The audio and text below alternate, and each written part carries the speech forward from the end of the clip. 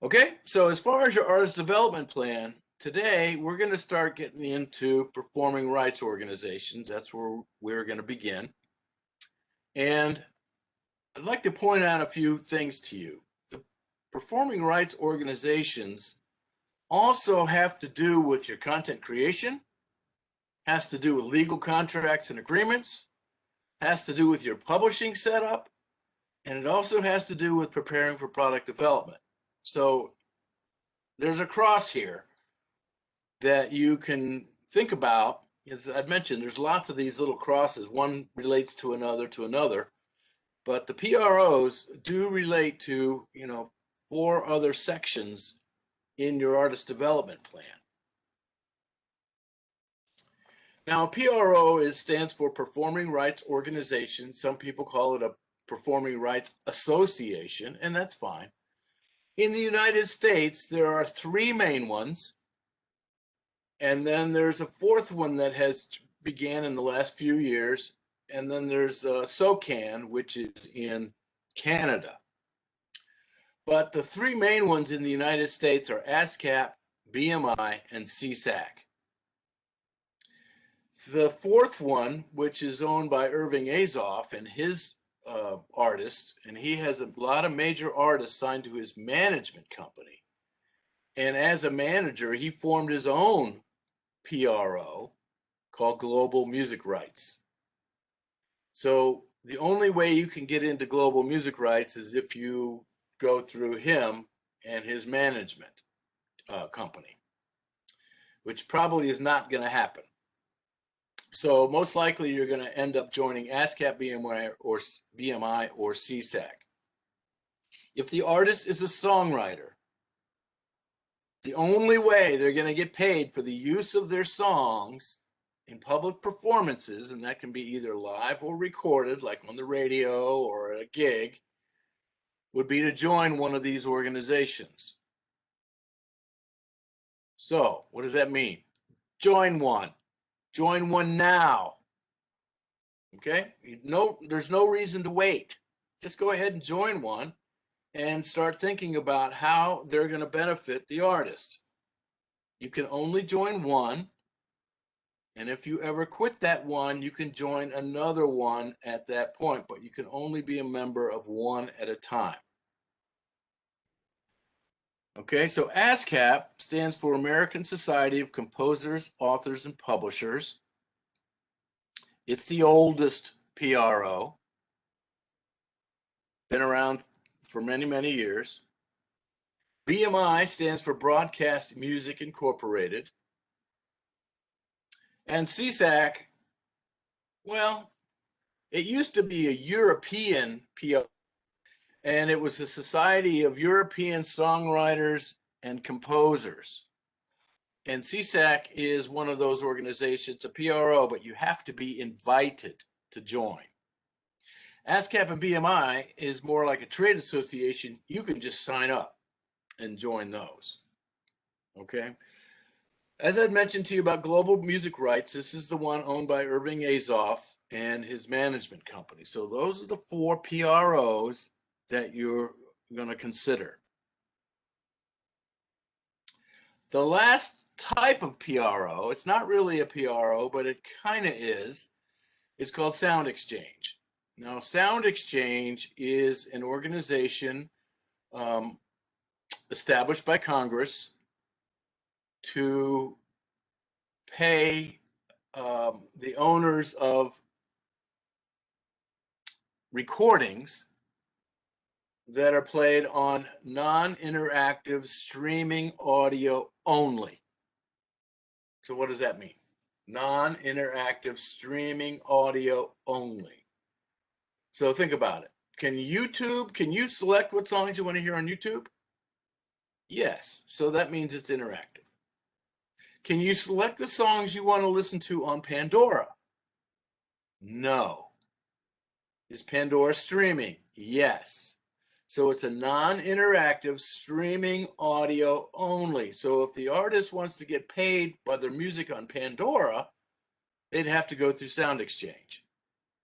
YouTube, on the other hand, pays a license to ASCAP, BMI, and CSAC. So Sound Exchange then pays the owner of the P-Circle copyright. And you may remember this when we talked about copyrights. This is the recording. So who does that mean that they're paying? Typically, a record company. Record companies own the recordings. So Sound Exchange pays the record company. The record company has a deal with the musicians who recorded the song, record royalties. So now musicians can make money when a song is played on Sirius XM radio, for example, non-interactive streaming. If a song is played on terrestrial radio, the musicians make $0. The songwriter makes money. The publisher makes money when it's played on terrestrial radio, broadcast radio, because they're paying a license through ASCAP, BMI, and CSAC, who pay the publisher and the songwriter. But the musicians don't make any money when it's played on that type of radio format. So now musicians can start making money from their radio play via non-interactive streaming because they pay the record company. The record company has a royalty set up with the recording artist. And so the musician who played on those cuts can now get paid via Sound Exchange. So that's kind of how that works.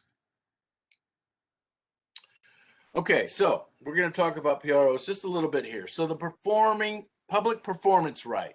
This is the exclusive right of the copyright owner, granted by the U.S. copyright law, to authorize the performance or transmission of the work in public.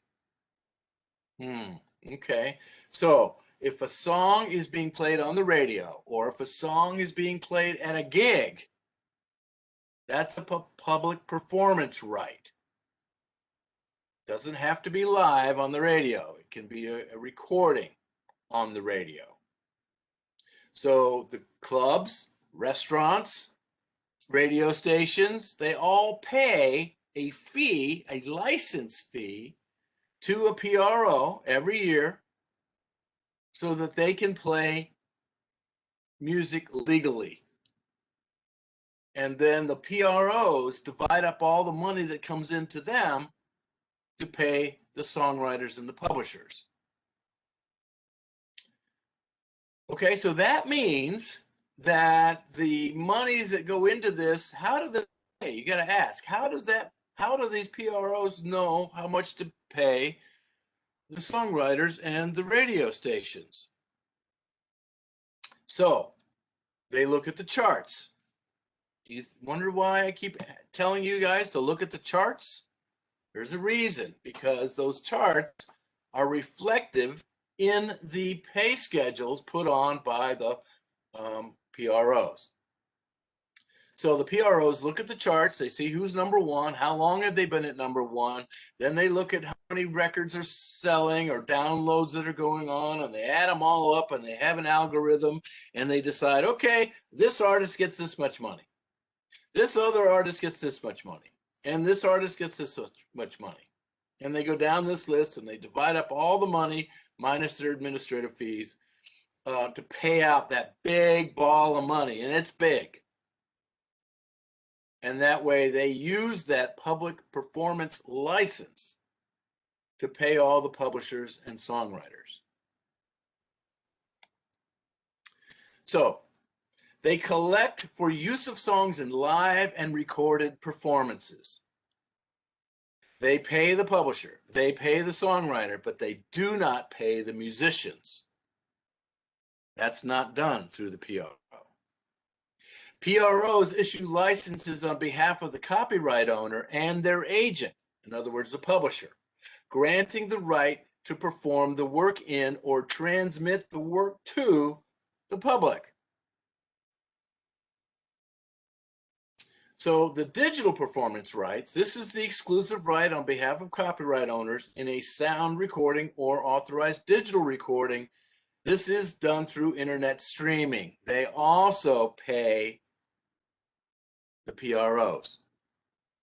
PROs collect money from organizations like YouTube.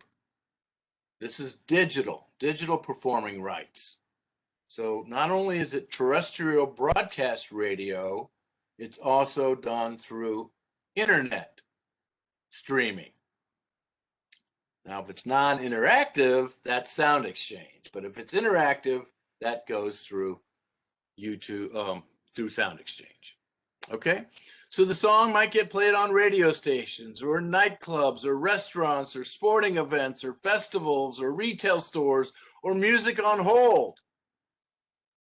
So that flow of money from those types of organizations, they pay ASCAP, BMI, and CSAC, who in turn then pay to the publisher, and then the publisher splits any income with the songwriter.